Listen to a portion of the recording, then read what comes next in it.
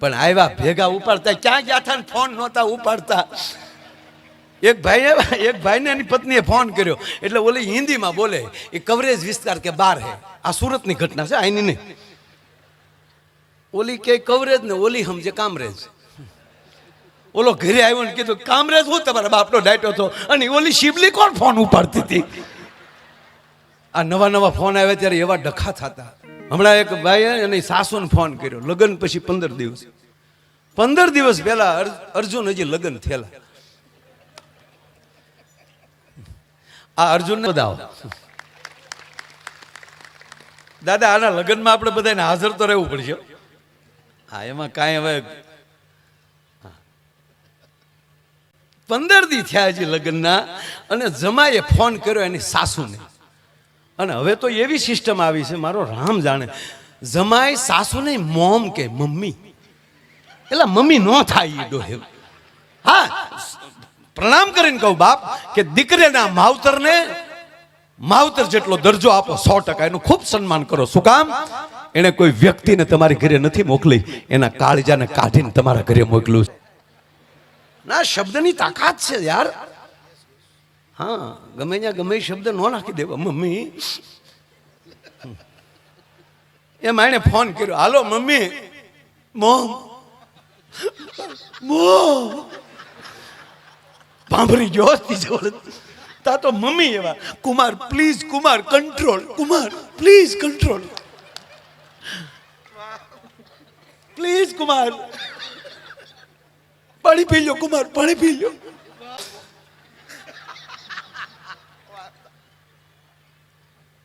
આ તમને ગોટા વળાવી દો, કારણ કે એટલી બધી સંખ્યામાં તમે બધા બેઠા છો. 150 ગુણ જાહેર દાદા નાખી હોય ને તે એક દાણો હેઠો પડે નહીં એવી રીતે બધા બેઠા છે. આજે એમ થાય કે કાળજું કાઢીને તમને આપી દઉં, એક જલેબીનું ઘૂસડું તમારા મોઢામાં દઈ દઉં.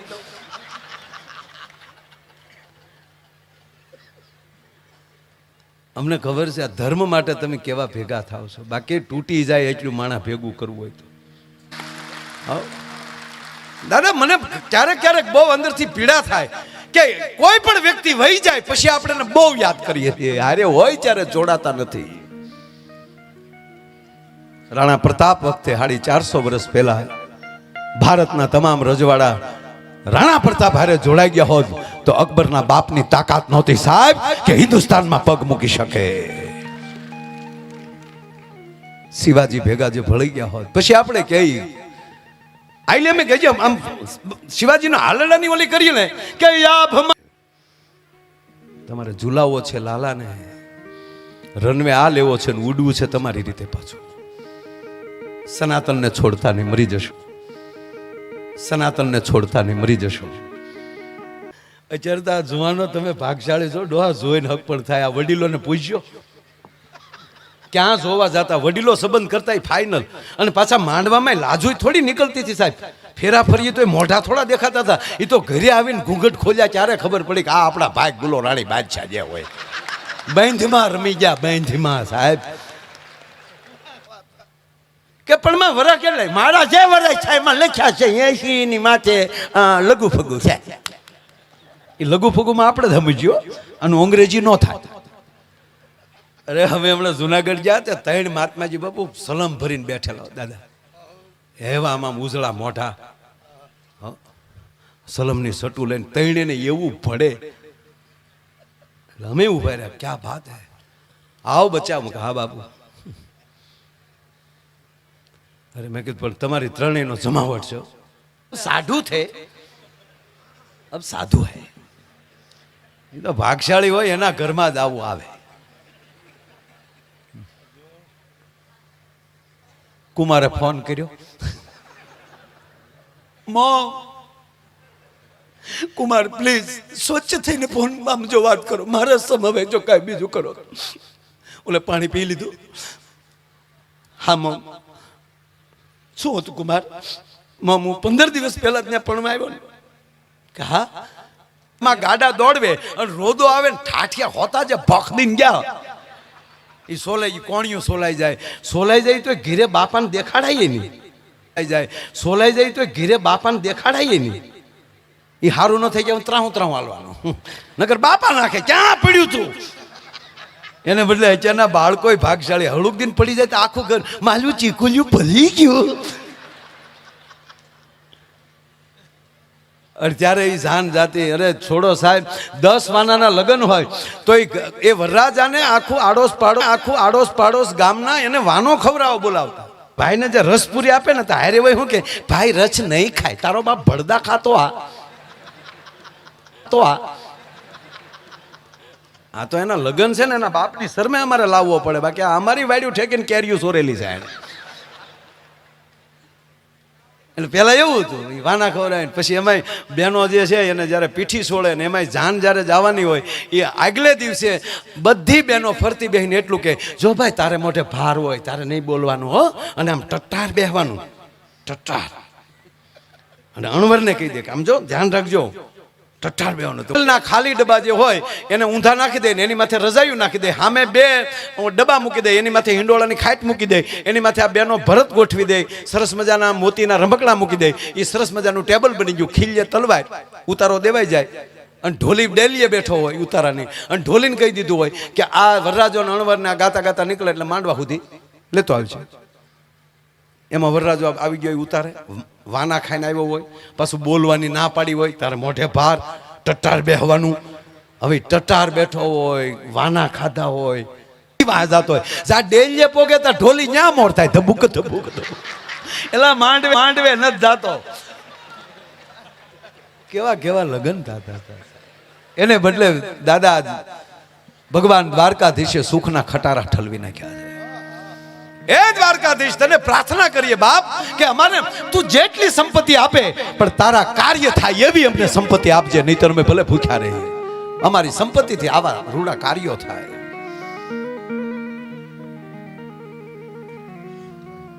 કુમારે ફોન કર્યો બારીનો, અને તમે એ બારીમાં 2 કોણી મૂકી અને મારા હાથ ઉપર તમે હાથ ફેરવતા હતા ને જે મોમ મને સારું લાગતું હતું, અને તમે રડતા રડતા હાથ ફેરવતા કહેતા હતા કુમાર ધ્યાન રાખજો, કુમાર ધ્યાન રાખજો. ત્યારે મને એમ કે લાગતું હતું કે તમે તમારી દીકરીની ભલામણ કરો છો, પણ મોમ મને આજ 15 દિવસે ખબર પડી તમે મને કહેતા હતા કે કુમાર તમારું ધ્યાન રાખજો, અમારું વાવાઝોડું આવે છે, કુમાર ધ્યાન રાખજો. આ બુદ્ધિનો વિષય જ નથી. આ ખરેખર કહું સાહેબ, આ નારાયણભાઈને બિલકુલ બુદ્ધિ છે જ નહીં. દાદા બુદ્ધિવાળો માણસ આ કામ કરીએ કે આંકડા લે, એકચ્યુઅલી શું થાય ઘરના પૂછે તો વળી એના પત્ની એમ કે આવો કશો ખર્ચો ના થાય, કોઈક ભાગવત કરે તો સાંભળી આવાય. ઈ બુદ્ધિવાળા. આ બુદ્ધિનો વિષય નથી, આ હૃદયનો વિષય છે સાહેબ, આ દિલનો વિષય છે. મને નારાયણભાઈએ તારીખ લખાવી, નારાયણભાઈ ઠાકરે મને વાત કરી કે ભાઈશ્રીની કથામાં આવો રૂડો કાર્યક્રમ છે. એટલે મેં ત્યારે ને ત્યારે દાદા મને હરખ એ થયો કે 9 જ વર્ષ આવી રીતે ચાલુ થાય પછી એનો પલ્લો કોણ પકડી શકે સાહેબ. એટલે હરખ હતો અહીંયા આવવાનો, એમાં આખી આ વાત જ્યારે સાંભળી એટલે અતિ હરખ થયો. આ હકીકત સાહેબ, આ હૃદયમાં જ રાખજો. મગજમાં ગમે એટલું હશે ને તે આ શરીર છે ને એમાં દરેક અંગ એવા ગયો સાહેબ, ક્યાંક ટોકર લાગી જાય, જવાન જોત હોય ને ક્યાંક ટોકર લાગી જાય તો યાદ શક્તિ વહી જાય. ખાટલામાં હું કે કોણ આવ્યું નથી ઓળખાજો, નથી ખબર બુદ્ધિ. અરે કે પણ તમારે હારે પણ તો એ ભણતો જ આપણે ખબર જ ભાઈ. એક હૃદય જ એવું છે કે ઠેઠ શ્વાસ સુધી એ ચાલુ રહે છે, એ બંધ થઈ જાય પછી કોઈ પ્રોગ્રામ રહેતો નથી. એટલે જેને રાખો ને હૃદય. અને ત્રીજી વાત, ઘરમાં હારી જગદંબા બેઠને જ્યારે જરૂર પડે ત્યારે ભલે એની પાસે પૈસો ન હોય પણ કાળજુ હોય ને એમ કે ફલાણા ભાઈ મુંજાતા નહીં બેઠો છું, મારા ધર્મની સામે જો કોઈ આંખ લાંબી કરે અને એના લોચન નો કાઢી નાખો, ફલાણા ભાઈનો દીકરો નહીં, આવા મર્દને જન્મ આપજે. નહીતર માથું વાંજણી રહેજે. ગાંઠનું ખાઈને ગામને આખ્યા થતો હોય, છોકરા ગામના નહીં કાંઈ કામના, ખોટી બદામના મોકલો આમના જ નીકળે આમના. આપણે અંજાર મોકલ્યા હોય તો ફસાવજીને બેઠો હોય, તમે અહીંયા ન આવ્યા તો અમે અહીંયા આવ્યા, સારું થયું લ્યો. એટલે પાયામાં અને એમાં મોહિતની દાદા બેઠો છો, મને આપણા બ્રહ્મ બેઠું હોય ને એનો ધણી સર્જન કરીએ કે ડોશી છૂટા છેડા લેવા દો. એ જી અલખ ધણીની ખોજ મારે હું રે અગમ ગોચર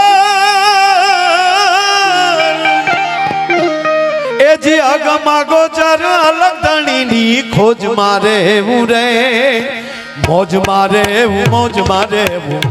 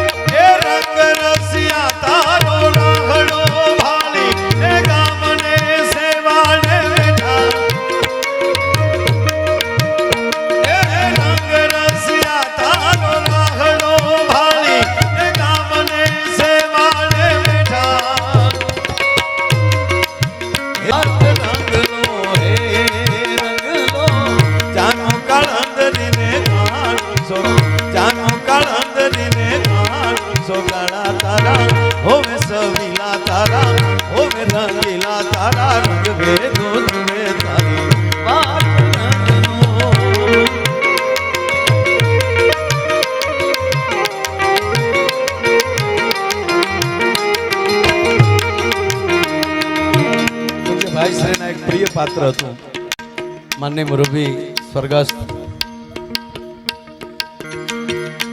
અને મને પૂરો લાભ પૂજ્ય ભાઈશ્રીનો મને અમેરિકામાં મને ખૂબ મળ્યો ને સાહેબ ક્રુઝની અંદર પૂજ્ય ભાઈશ્રીના 7 દિવસનો સત્સંગ રોજ 3 કલાક 4 કલાક સાંભળવાનો અવસર મળતો હતો. થોડાક દિવસો પહેલા જ 2-3 મહિના પહેલા જ પૂજ્ય ભાઈશ્રીને દરિયાની અંદર આવું સરસ મજાનું ક્રુઝમાં સાહેબ આખી ક્રુઝમાં 6,500 માણસ હતું. જાણે નાનું એવું અંજાર તરતું જા 3 પતિ આ બધા દાદા સાથે વર્ષોથી જે સંગીતમાં સાથ આપે છે એમના ચરણોમાં અહીંથી પ્રણામ કરું છું. ખૂબ મજા કરી હતી. એટલે મારે 2 જ કડી લઈ અને પછી કારણ કે આ બોગત્રા પરિવાર એની પણ આપણે પછી 1-2 વાતો કરશું પણ 2 કડી આ લઈ લો ખાલી 1 જ કડી 2 કડી હું